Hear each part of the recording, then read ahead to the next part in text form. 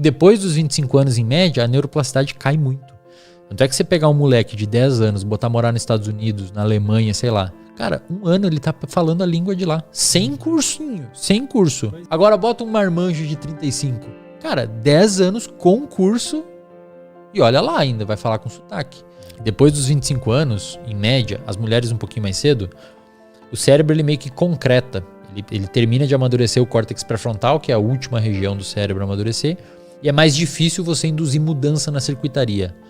Mas tem uma coisa que pode ser feita que parece que aumenta a neuroplasticidade. Foco.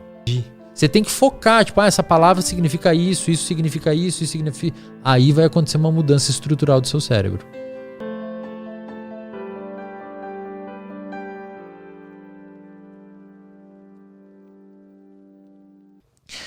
Existe uma coisa chamada neuroplasticidade.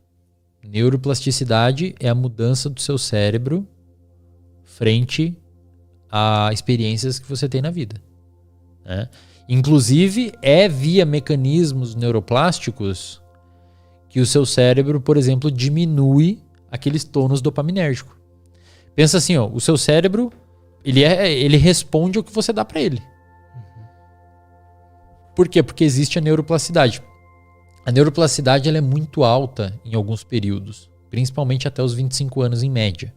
Vão achar aí que semana que vem faz 25 anos, vou aproveitar uma semaninha para dar um corre na minha neuroplasticidade porque vai fechar nos 25 anos. Isso não existe.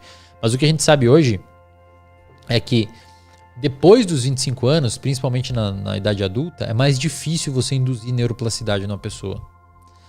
E olha que louco, cara. Quando você olha pro cérebro, tudo faz sentido. Porque qual que é o período em que mais desabrocha os transtornos psiquiátricos, tirando os do neurodesenvolvimento? 17 a 23 anos. É o período que mais tem o pico de diagnóstico e de manifestação do sintoma. É nesse... Por favor, me escutem agora o que eu tenho que dizer aqui, que é um apelo que eu faço. Pais, mães, tios, avós. Quanto mais cedo você tratar a pessoa que vive com você, que manifesta sintomas de depressão, bipolaridade, esquizofrenia, o que for, maior é a chance da remissão dos sintomas. Por quê? Porque o cérebro é plástico. Quanto mais doente você fica, melhor ele fica em ficar doente. Caralho. Quanto mais doente você, quanto mais tempo ansioso você é, mais o seu cérebro se alterou devido à ansiedade e melhor ele ficou em ser ansioso. Por isso, quando você pega um paciente muito tempo deprimido, muito tempo ansioso, a chance de remissão dos sintomas é pequenininha, bem menor, sem medicamento, etc. Por quê? Porque o cérebro já meio que encascou aquilo, sabe? Aquilo já fixou na pessoa. E depois dos 25 anos, em média, a neuroplasticidade cai muito. Tanto é que você pegar um moleque de 10 anos, botar morar nos Estados Unidos, na Alemanha, sei lá. Cara, 1 ano ele tá falando a língua de lá. Sem cursinho, sem curso. Pois é, né?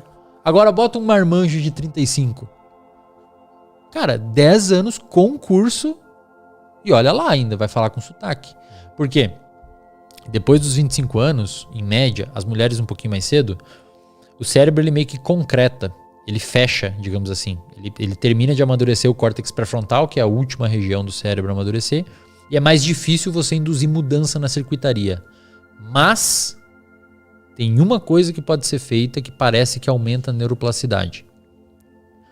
Foco. Tem um grupo do professor chamado Merzenich, que publicou vários artigos na Science, Journal of Neuroscience, bons jornais científicos. Se você pega um macaquinho adulto, pega um macaquinho jovem, se você pede para o macaquinho escutar um som e discriminar, você ensina ele, né, dando recompensa, a discriminar 2 sons, tipo tac, de tac, são 2 sons diferentes. Uhum. Você dá uma recompensa se ele acertar, se ele apertar o botãozinho do som que você quer que ele acerte. Então ele tem que discriminar esse som. O macaquinho jovem, ele não precisa necessariamente focar para induzir neuroplasticidade na área auditiva. Você pega o cérebro do macaquinho que não sabe o som, ensina ele, sem a necessidade do macaquinho focar muito naquilo. E você olha a parte do córtex auditivo, que ele ficou ouvindo aquele som, o macaquinho mais novo induz uma mudança no cérebro meio que passivamente. Meio que sem foco. O velho, ele tem que prestar muita atenção para discriminar os 2 sons E quando ele consegue discriminar os dois sons, que envolveu uma tensão muito grande, induz uma resposta neuroplástica no cérebro dele. Huberman fala muito sobre isso. Então, depois dos 25 anos, você consegue induzir neuroplasticidade, em média 25 anos, né? Pessoas mais antes e pessoas depois. Você consegue induzir neuroplasticidade, mas tem que ter foco. É tipo você aprender uma língua, cara. Se você vai aprender uma língua com 27, 30 anos, você tem que focar muito naquela língua para aprender. Você não vai aprender de forma passiva igual uma criança. Entendi. Você tem que focar, tipo, essa palavra significa isso significa isso significa... Aí vai acontecer uma mudança estrutural do seu cérebro. E detalhe, essa mudança estrutural do seu cérebro, ela acontece devido à liberação de um neurotransmissor chamado acetilcolina e acontece principalmente no sono. Então, dificilmente você vai ter neuroplasticidade na idade adulta se você não dormir bem. Entendi. Então, quando você pega um paciente com um transtorno psiquiátrico, não tem, cara. Ele precisa regular o sono dele, ou a gente precisa tentar regular o sono dele, se necessário, junto com o psiquiatra, né?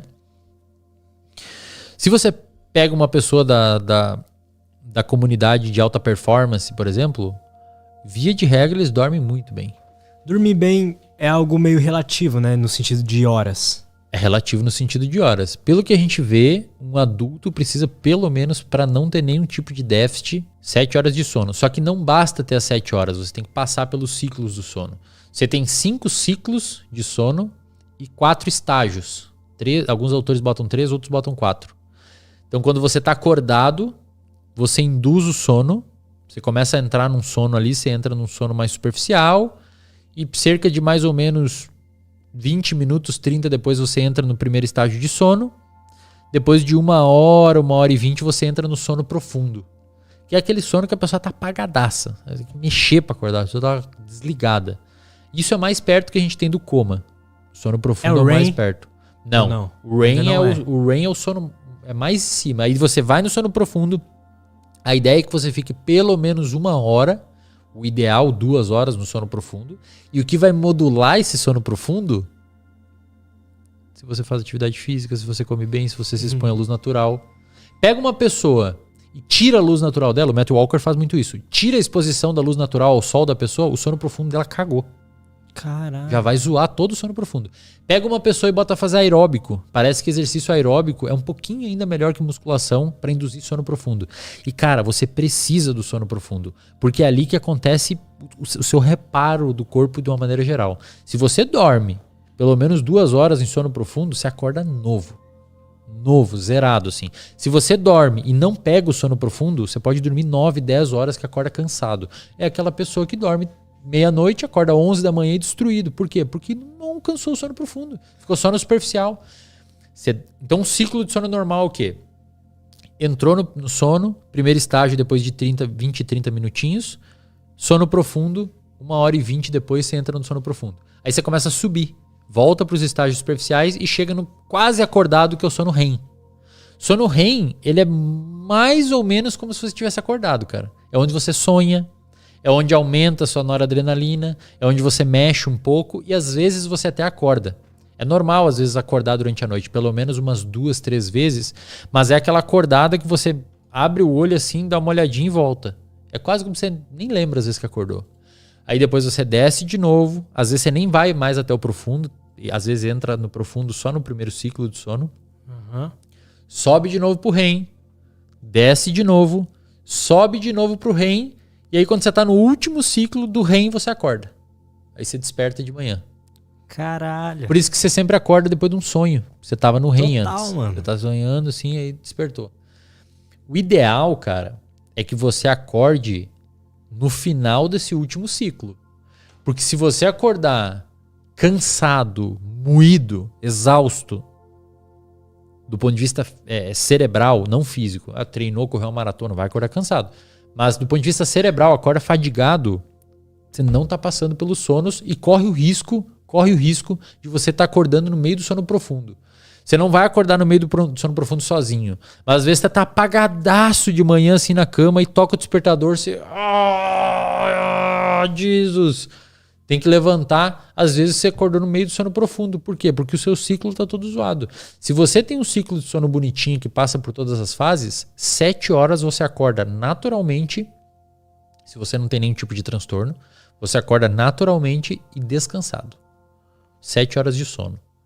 Acontece comigo, eu durmo 10h30, 11 horas, 6, 6h30 eu acordo, sem despertador. Eu comprei uma luz na Amazon que ela acende sozinha de manhã, então eu acordo com a luz, o que é menos agitante, não acordo com barulho de despertador no susto. E acordo descansado, não precisa nem tomar café, assim. É tipo um alarme de luz, de som. Exato. E se você for pensar, cara, por que meia-noite se chama meia-noite? Porque é pra ser meia-noite. É pra ser o meio da noite. O Matt Walker fala disso no livro. Interessante. Os caçadores, Douglas da risada. Os caçador-coletores lá, imagina, cara, eles entravam pra caverna 7 da noite, a hora que escurecia, meia-noite é o meio da noite. Aí acorda 6 da manhã, a hora que amanhece. Eles acordavam um pouquinho antes pra aproveitar que era um pouquinho mais frio de manhã pra sair caçar e tal, quando era muito calor. A gente faz o quê? Dorme 2 da manhã e acorda 11. Cara, você tá destruindo o seu ciclo circadiano. Pensa que você viveu 150, 170 mil anos, a sua espécie viveu fazendo outro jeito. Aí você vai lá e faz o oposto.